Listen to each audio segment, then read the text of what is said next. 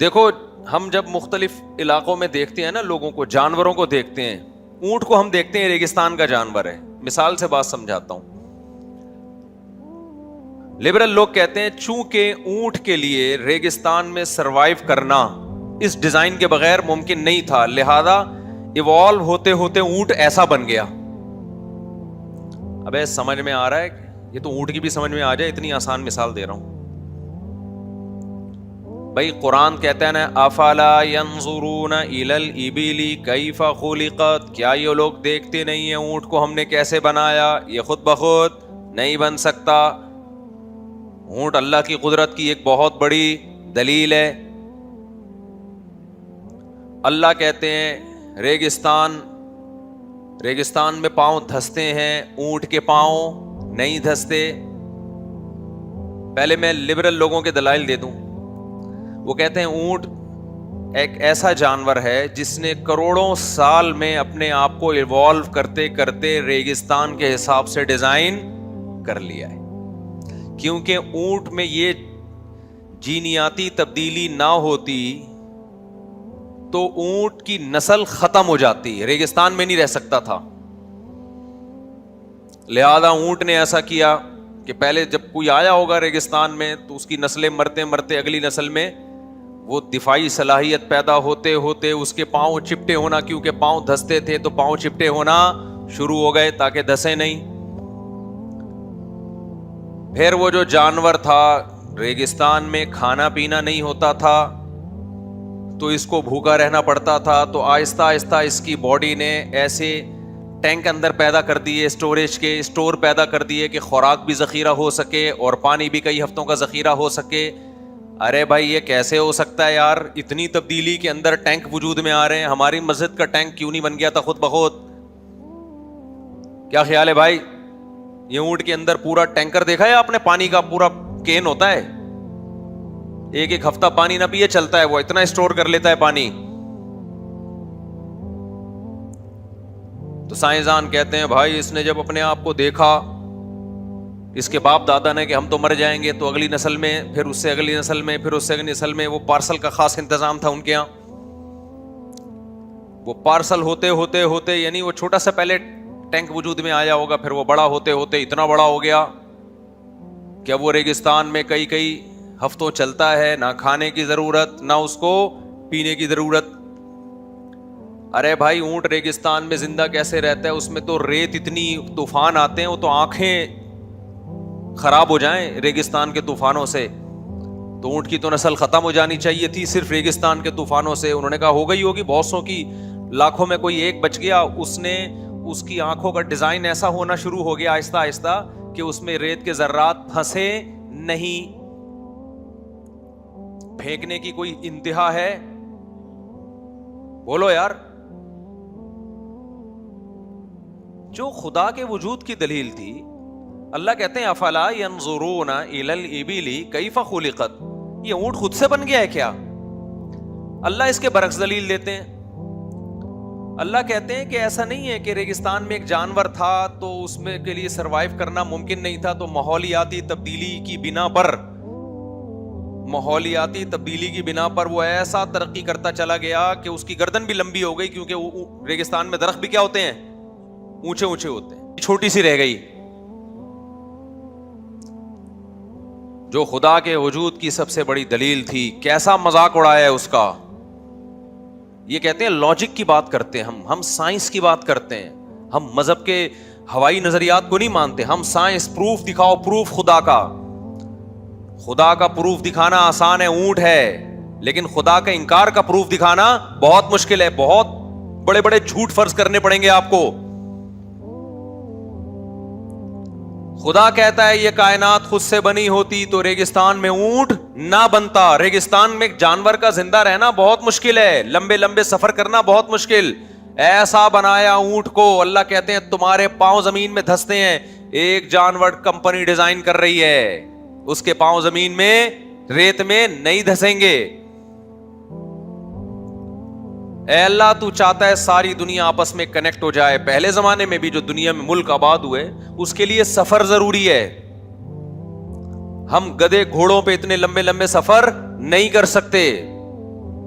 اللہ نے کہا ایک ایسا جانور پیدا کر رہا ہوں جو لمبے لمبے ریگستان کے سفر کرے گا اور ریگستان کی گرمی اس پہ اثر نہیں کرے گی. اے اللہ ہم زاد راہ اپنے لیے لے کے جاتے ہیں ریگستانوں میں. انسان لے کے جاتا ہے نا جب عرب ریگستانوں کے سفر, مکہ سے شام جا رہے ہیں, مکہ سے سندھ کی طرف آ رہے ہیں, بیچ میں بڑے بڑے صحرائیں.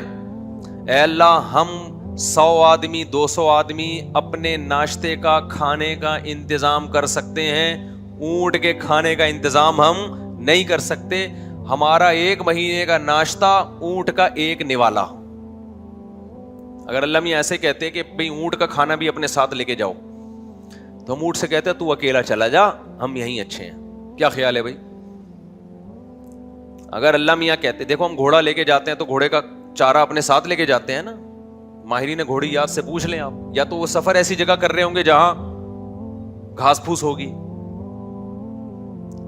لیکن ریگستان میں اگر سفر ہے, گھوڑا زندہ نہیں رہ سکتا, اس کا زیادہ راہ, اس کا چارہ لے جانا پڑے گا. اور لے جا سکتے ہیں, وہ اتنا نہیں کھاتا وہ.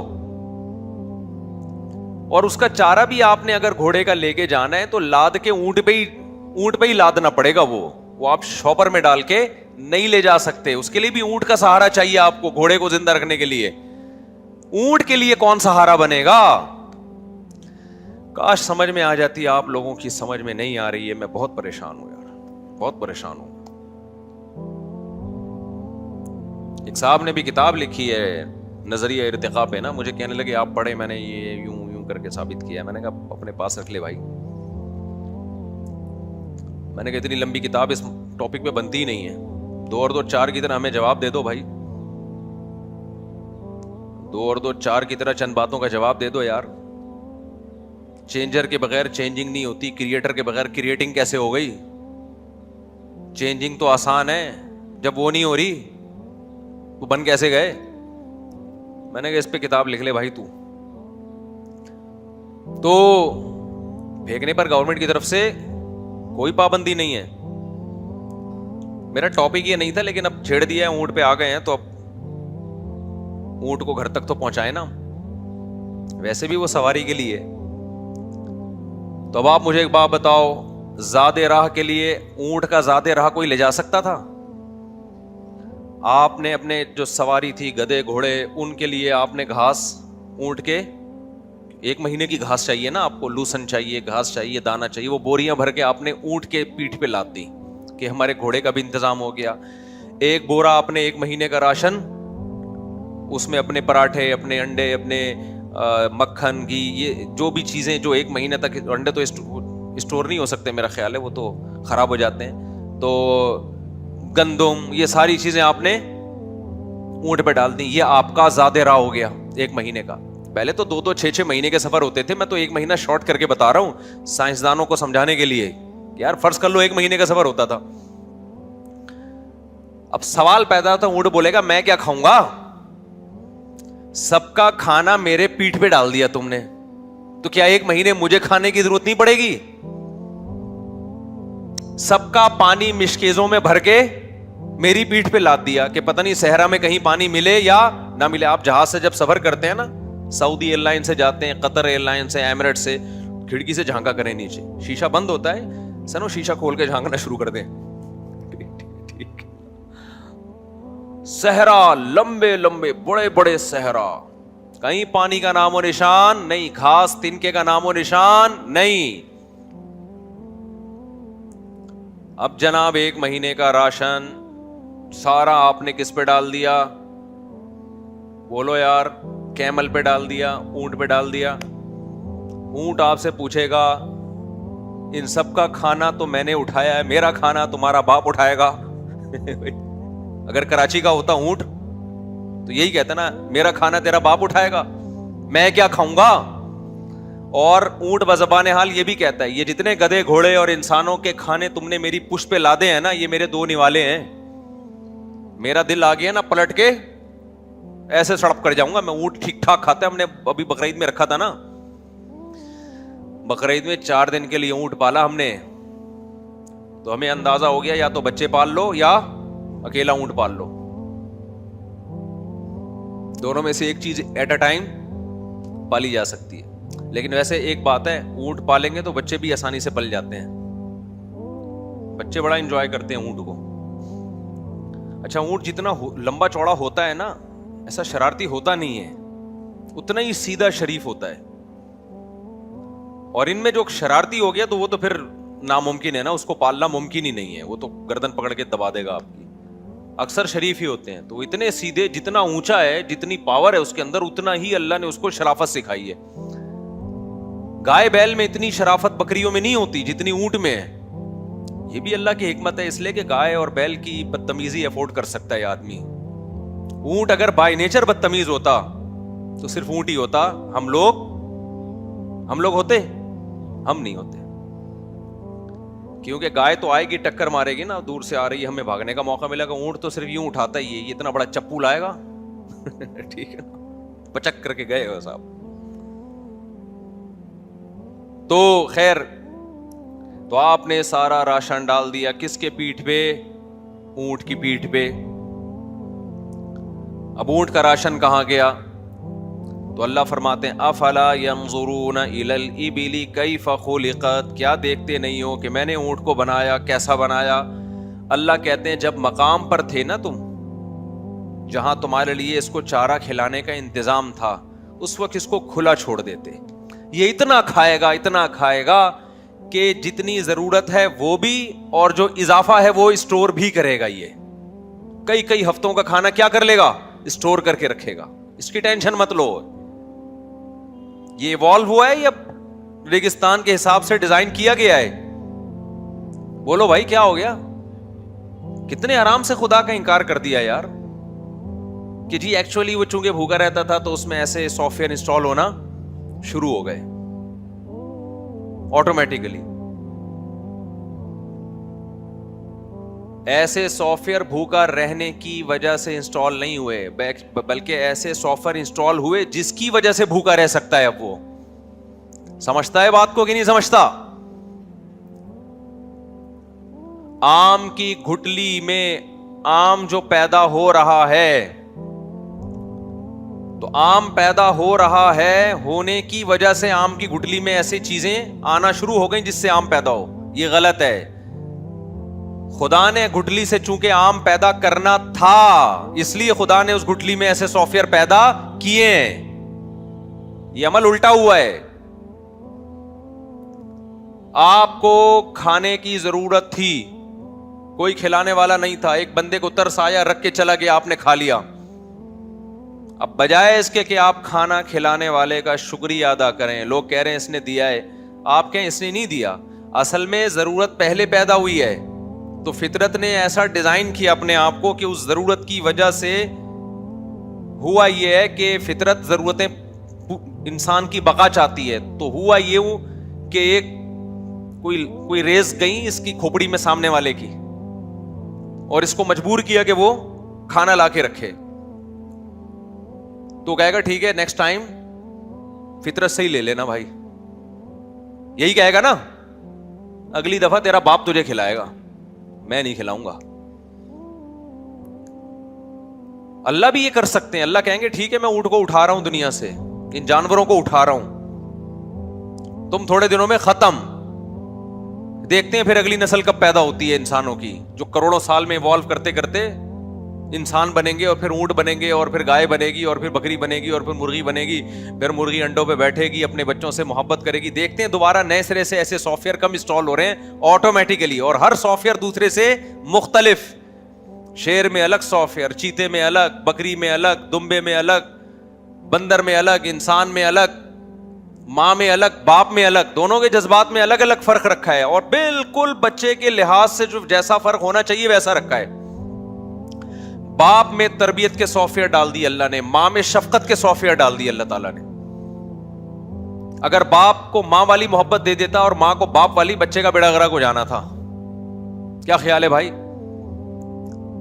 بچے کا کیا ہو جانا تھا؟ بیڑا غرق.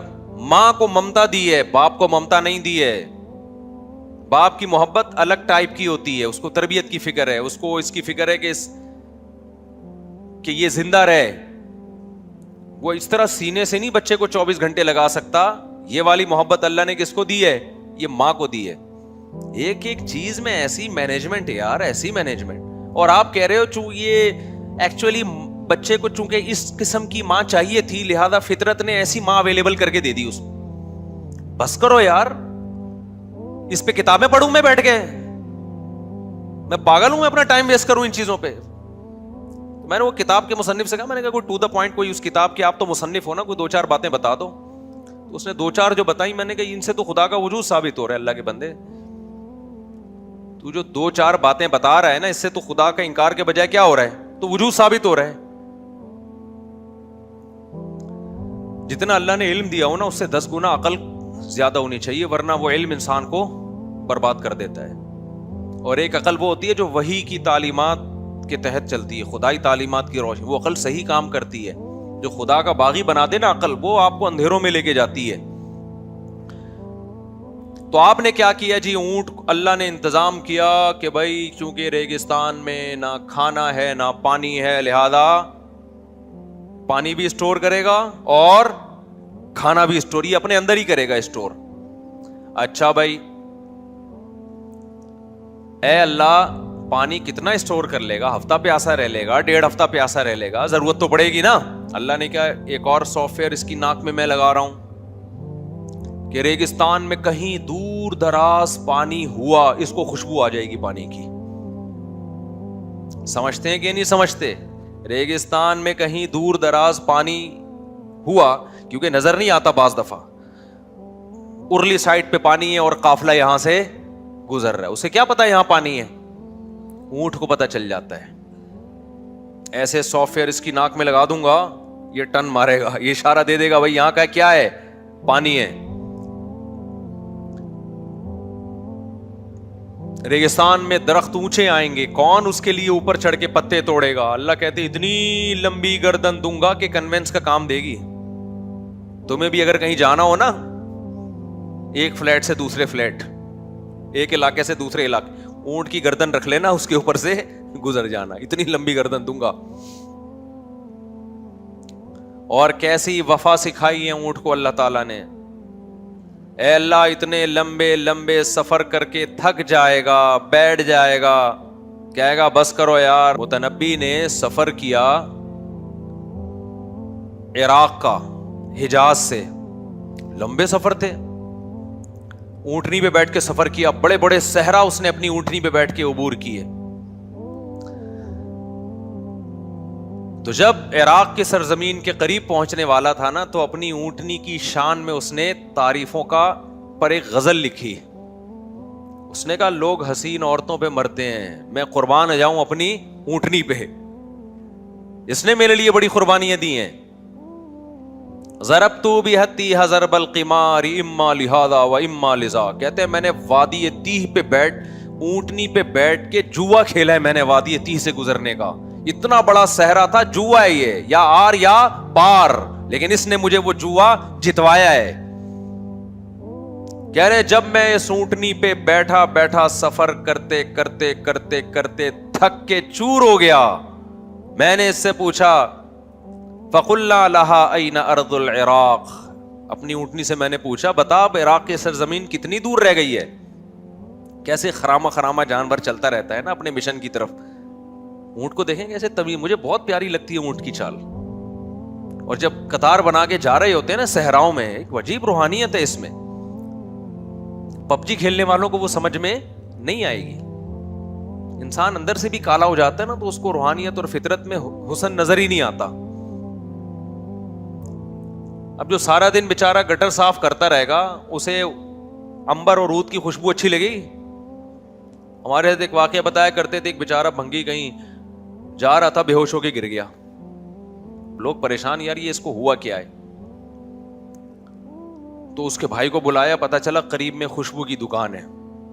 تو خوشبو اس کی ناک میں گئی, بیچارہ وہ عادت ہو چکی تھی اس کو.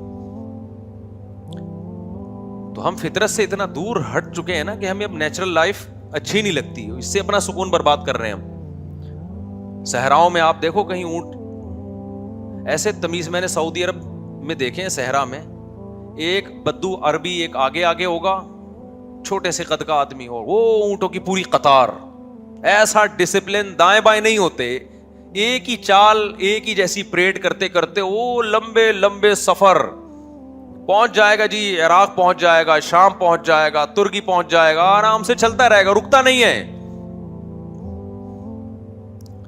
فقلنا لها أين أرض العراق فقالت ونحن بتربانها. شاعر کہتا ہے میں تھک گیا, میں نے پوچھا بھائی عراق کہاں ہے؟ اونٹنی نے پیچھے مڑ کے بتایا بس میرے قدم عراق کی مٹی کو چھو رہے ہیں, مضافات میں ہم داخل ہو چکے ہیں. یہ اتنے بڑے جانور کو کیسے, اب تو ہم نے اس بقرعید پہ اونٹ پالا نا تو ہمیں اندازہ ہوا اللہ نے اس کو کچھ ضرورت سے زیادہ, یعنی ضرورت سے میں اصطلاح کے طور پہ کہہ رہا ہوں, بہت زیادہ فرما بردار بنایا اس کو. ہمارے بچے اونٹ لے کے نکلتے تھے, یوں ایک چھوٹا سا بچہ یوں بٹھاتا تھا, بیٹھ جاتا تھا, یہ 4 بچے اس کی کمر پہ سوار ہوتے, ایک آگے سے کہتا ہوش, اڑ جاتا. 100 دفعہ بٹھاؤ 100 دفعہ بیٹھے گا, 100 دفعہ کھڑے کرو. لوگ کہہ رہے تھے قربانی کے جانور پہ سواری جائز نہیں, میں نے کہا ہمارے بچے کسی فقہ کو مانتے ہی نہیں ہیں. انہوں نے ایک بنایا ہوا یوں کر کے بٹھایا, ٹھک اٹھایا. ہم نے کہا چلو جب قربانی کے جانور میں سواری اس لیے جائز نہیں ہے نا کہ وہ اس کی توہین ہوگی, جانور تو خوش ہو رہا ہے بھائی, وہ تو خود انجوائے کر رہا ہے اونٹ. وہ جو قربانی کے جانور پہ سواری جائز نہیں ہے, مطلب یہ ہے کہ اس کو فائدے کے لیے کہ آپ کو یہاں سے رکشے کا کرایہ بچا کے آپ نے انڈا موڑ جانا ہے تو آپ اونٹ پہ بیٹھ کے جا رہے ہیں, تو پیسے بچا رہے ہیں آپ. یہ جو بچے اس طرح سے بیٹھ جاتے ہیں جانور کو گھما رہے ہوتے ہیں, یہ اس سواری میں داخل نہیں ہے. سمجھتے ہو کہ نہیں سمجھتے؟ یا ہم کوئی ٹکٹ لگا رہے ہو سواری پہ کہ 5-5 روپے دو بھائی. تو فقلنا لها أين أرض العراق فقالت ونحن بتربانها. یہ تو میں نے بہت تھوڑی سی رپورٹ پیش کی ہے اونٹ پہ, بہت تھوڑی سی. اونٹ پہ پوری کتابیں ہیں سائنسدانوں کی کہ اونٹ ہے کیا بلا. اونٹ کی آنکھوں کو اللہ نے ایسا بنایا کہ ریگستان میں جو ہوا جب چلتی ہے تو اونٹ کی آنکھیں اس سے متاثر نہیں, اس کے کھڈے اس ٹائپ کے ہوتے ہیں وہ روک دیتے ہیں اس ریت کے ذرات کو.